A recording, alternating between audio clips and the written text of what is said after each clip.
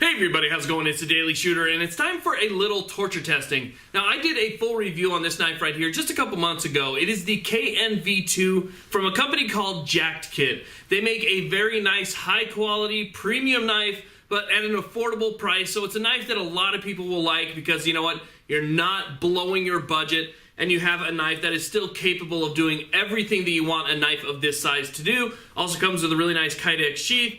And it's just a great overall knife. So I want to put it to a little bit more of a test today because in my last review, I did kind of your standard stuff, your cutting, your chopping, just minor work, just in order to show you guys what this knife is actually capable of when you're talking about standard use. But now what I want to do is see how well this blade holds up, how well it stays sharp after you really give it a little bit of extra abuse. So I'm going to take this out to the table.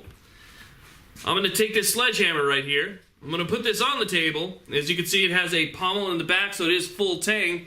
And we'll see how well it stands up to actually being pummeled through the table. So we'll put it through the table, see how well it stands up, kind of wiggle it around, see if we can bend it or break it. And then we'll cut some paper, see how well the edge stands up after all that.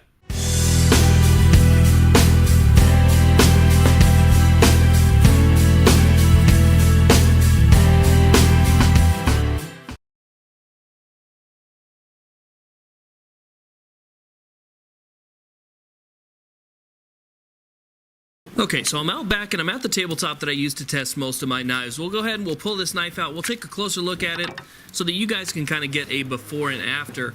Just in case this knife gets damaged, I want to see what it looked like before we started everything. You could see the blade, the handle, the pommel. Everything looks nice. Everything looks clean. It's only been through some minor to moderate use.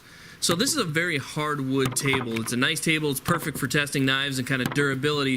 So what I'm going to do is I'm just going to kind of stab this in. Right now we're going to go with the grain, and then I'm going to go after that. I'm going to go against the grain, and I'm going to use a sledgehammer and just kind of tap it down so you get a little bit started here, and then work it further into the table as I keep going. So right now we'll just kind of knock this down into the table a little bit.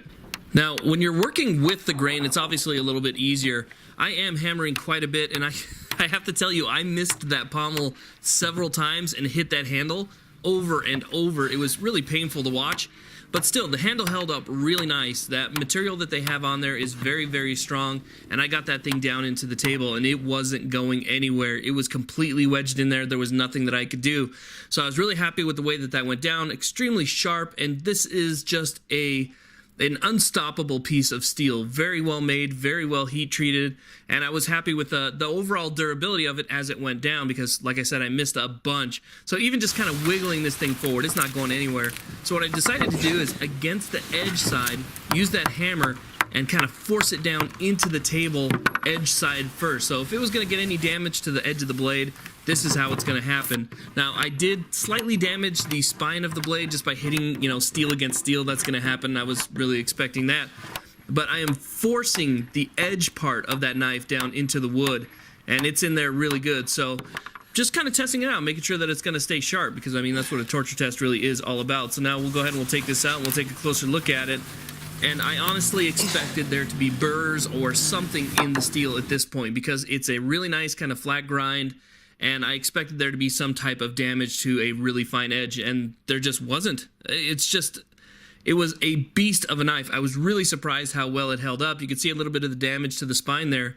But now we're going to go ahead and work against the grain. You can see that the grain is going left to right. I'm kind of going up and down, facing the camera there, and then hammering it down. It definitely does not go in as easy when you're going against the grain like that, but still just kind of working it in there and shaking it around, just seeing if I can get this thing to bend or move, and then I'll hit it with the hammer again, just seeing if I can wiggle it. Now I'm putting all of my pressure on this knife, just trying to get it to bend, but it's so thick. I mean, it's almost 1/4 of an inch thick. It's impossible to get this knife to bend just by human hand. So, I whacked it a couple times with the hammer, do a little bit of a wiggle, and see if I can get this thing out. Now I'm going to pull it edge side towards me and down. And yes, I'm being careful. I'm away from the table. Don't worry about it. It's my life. And you can see, again, the blade is fine. You can see on the table there the holes from the cross grain wax that I used there. But again, the edge is great. Still a little bit of damage on the spine. But for the most part, the cutting surface of this knife it's unstoppable. So really, really, really impressive, especially for the money. You could see the pommel there took a lot of hits, and you could see where I missed. It kind of pulled that material away from the steel just a little bit, but it doesn't slide or anything. It still sits on that knife great. So now I'm just going to try and work the edge into the table and see if I can get it to dull up a little bit, because, you know, constantly rubbing this edge into the table, maybe that'll get it to dull down.